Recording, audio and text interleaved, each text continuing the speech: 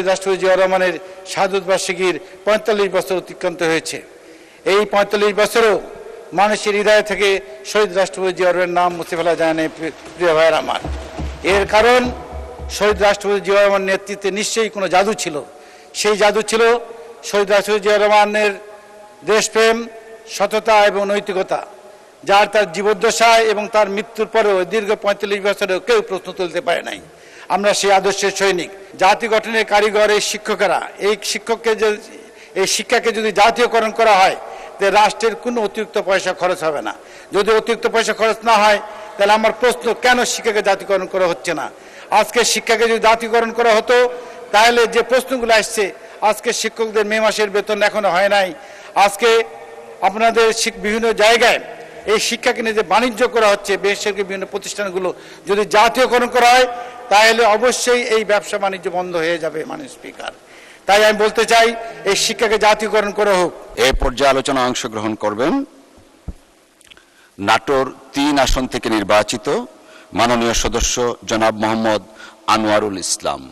জনাব মোহাম্মদ আনোয়ারুল ইসলাম, আপনার সময় ৬ মিনিট। ধন্যবাদ আপনাকে। মাননীয় স্পিকার, আপনাকে ধন্যবাদ। মাননীয় স্পিকার, আমি ধন্যবাদ জানাতে চাই গণতন্ত্রী বাংলাদেশ সরকারের মাননীয় প্রধানমন্ত্রী এবং অর্থমন্ত্রী মহোদয়কে। মাননীয় স্পিকার, আমি ধন্যবাদ জানাতে চাই এই কারণে যে আমাদের প্রধানমন্ত্রী জনাব তারেক রহমান হৃদয় দিয়ে দেশের মানুষের দুঃখ কষ্ট উপলব্ধি করেছেন। মাননীয় স্পিকার, আমরা যারা তৃণমূল পর্যায়ে রাজনীতি করি, আমরা যারা এলাকায় যাই, সাধারণ মানুষের প্রত্যাশা তারা ভালো থাকতে চায়, তারা নিরাপদ থাকতে চায়, তারা পেট ভরে খেতে চায়, তারা এলাকার উন্নয়ন চায়, রাস্তাঘাট, স্কুল, কলেজ, ধর্মীয় প্রতিষ্ঠানের উন্নয়ন তারা চায়। এই দিকগুলো বিষয় রেখে একটা গণতান্ত্রিক রাষ্ট্রে যে মানুষের মৌলিক অধিকার, যেটা রাষ্ট্রের করার কথা, অন্ন, বস্ত্র, শিক্ষা, স্বাস্থ্য, বাসস্থান, এই বিষয়গুলি সামনে নিয়েছেন আমাদের অর্থমন্ত্রী জনাব আমি খুশি মাহমুদ চৌধুরী সাহেব। মাননীয় স্পিকার, আমাদের নেতা জনাব তারেক রহমান, যিনি নির্বাচন আগেই প্রতিশ্রুতি দিয়েছেন যদি বিএনপি ক্ষমতায় আসে তাহলে আগামী দিনে এদেশের মানুষের জন্য উনি ফ্যামিলি কার্ড, কৃষক কার্ড, হেলথ কার্ড, খেলাধুলার সামগ্রী এবং খেলাকে পেশা হিসেবে গণ্য করা, কারিগরি শিক্ষাকে মর্যাদা দেওয়া, খাল খনন কর্মসূচি, বৃক্ষরোপণের কর্মসূচি, এই কর্মসূচিগুলো বাস্তবায়ন করবেন। আপনারা নিশ্চয় লক্ষ্য করেছেন আমাদের নেতা জনাব তারেক রহমান ইতিমধ্যেই এই কর্মসূচিগুলো বাস্তবায়ন শুরু করেছেন এবং বাজেটে এর জন্য বরাদ্দ রাখা হয়েছে। মাননীয় স্পিকার, আমরা শহীদ জিয়ার আদর্শের সৈনিক। আমাদের নেতা জনাব শহীদ রাষ্ট্রপতি জিয়াউর রহমান দল গঠন করার পর মাত্র ৩.৫ বছর জীবিত ছিলেন। উনি এই ৩.৫ বছরের জীবিত সময়, সেই সময় অনেকে বলতো যে জিয়া মাইনাস, বিএনপি মাইনাস, কিন্তু আজকে শহীদ রাষ্ট্রপতি জিয়াউর রহমানের শাহাদত বার্ষিকীর ৪৫ বছর অতিক্রান্ত হয়েছে। এই ৪৫ বছরও মানুষের হৃদয় থেকে শহীদ রাষ্ট্রপতি জিয়াউর রহমানের নাম মুছে ফেলা যায় না। প্রিয় ভাইয়ের আমার, এর কারণ শহীদ রাষ্ট্রপতি জিয়াউর রহমানের নেতৃত্বে নিশ্চয়ই কোনো জাদু ছিল। সেই জাদু ছিল শহীদ রাষ্ট্রপতি জিয়াউর রহমানের দেশপ্রেম, সততা এবং নৈতিকতা, যার তার জীবদ্দশায় এবং তার মৃত্যুর পরেও দীর্ঘ ৪৫ বছরেও কেউ প্রশ্ন তুলতে পারে নাই। আমরা সেই আদর্শের সৈনিক। প্রিয় ভাইয়ের আমার, আপনারা জানেন যে শহীদ রাষ্ট্রপতি জিয়াউর রহমানের শহীদ হওয়ার পর তার সুযোগ্য পত্নী আমাদের দেশনেত্রী বেগম খালেদা জিয়া, যিনি একজন গৃহবধূ থেকে দলনেত্রী এবং দলনেত্রী থেকে দেশনেত্রী পরিণত হয়েছেন আন্দোলন সংগ্রামের মধ্য দিয়ে। উনি পরপর বাংলাদেশে ৩ বার প্রধানমন্ত্রী হয়েছিলেন, গণতান্ত্রিক আন্দোলন সংগ্রামে নেতৃত্ব দিয়েছিলেন। মাননীয় স্পিকার, তাদের সুযোগ্য সন্তান আমাদের নেতা জনাব তারেক রহমান, যিনি দীর্ঘ ১৭ বছর দেশের বাইরে থেকেছেন, আন্দোলন করেছেন, সংগ্রাম করেছেন দেশের মানুষের জন্য। উনি দেশে ফিরে এসে কখনোই আপনার বিগত দিনের রাজনৈতিক কোনো প্রতিষ্ঠার রাজনীতি উনি করেন নাই।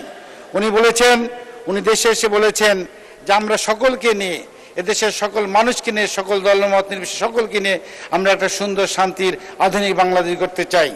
যার জন্য বাংলাদেশে পা দিয়েই উনি বলেছিলেন উই হ্যাভ এ প্ল্যান, এবং we have a plan for the people, for the country.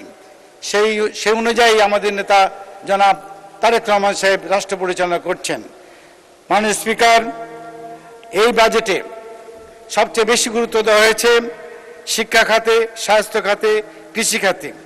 আমরা প্রত্যেকটা এদেশে যেগুলো পণ্য সামগ্রী উৎপন্ন হয় প্রত্যেকটা পণ্যের কর আপনার কমানো হয়েছে এবং আমদানি নির্ভর পণ্যের কর বাড়ানো হয়েছে। এতে এদেশের নতুন নতুন উদ্যোক্তারা যারা আছে তারা উৎসাহিত হবে, এদেশের শিল্প কারখানা বিকশিত হবে, কলকারখানা স্থাপন হবে এবং আমাদের বেকার সমস্যার সমাধান হবে। মাননীয় স্পিকার, আমি আজকে এই যে বিষয়ে বলতে চাই, আমি ব্যক্তিগতভাবে আমি মাননীয় শিক্ষামন্ত্রী মহোদয়ের দৃষ্টি আকর্ষণ করছি। আমি একজন শিক্ষক ছিলাম। আমরা দীর্ঘদিন আমাদের এই শিক্ষকের আন্দোলন, দাবি দেওয়া নিয়ে আন্দোলন করেছি। আমাদের শিক্ষক নেতা, আমাদের মাননীয় জাতীয় সংসদ সচেতন সেলিম মিয়া সাহেব সংসদে উপস্থিত আছেন, উনি একাধিকবার বক্তব্য রেখেছেন এবং শিক্ষকদের দাবি দেওয়া তুলে ধরেছেন। উনি ব্যাখ্যা করেছেন যে আমাদের জাতি গঠনের কারিগর এই শিক্ষকেরা, এই শিক্ষাকে যদি জাতীয়করণ করা হয় তাহলে রাষ্ট্রের কোনো অতিরিক্ত পয়সা খরচ হবে না। যদি অতিরিক্ত পয়সা খরচ না হয় তাহলে আমার প্রশ্ন, কেন শিক্ষাকে জাতীয়করণ করা হচ্ছে না?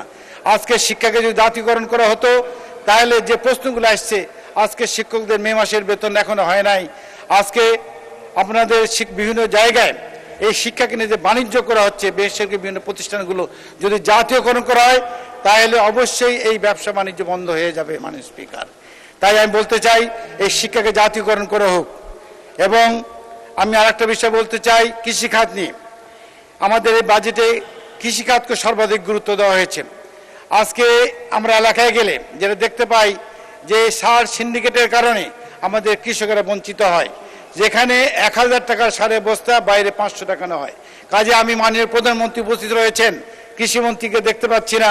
আমি মাননীয় প্রধানমন্ত্রীর আহ্বান যাই, এদেশের কৃষক সমাজকে, এদেশের গ্রামীণ অর্থনীতি থেকে জাগাতে হলে অবশ্যই এই সার সিন্ডিকেটকে ভেঙতে হবে এবং তৃণমূল পর্যায়ে প্রত্যেকটা ইউনিয়নে একাধিক সার ডিল করতে হবে, যেখানে যারা যেই।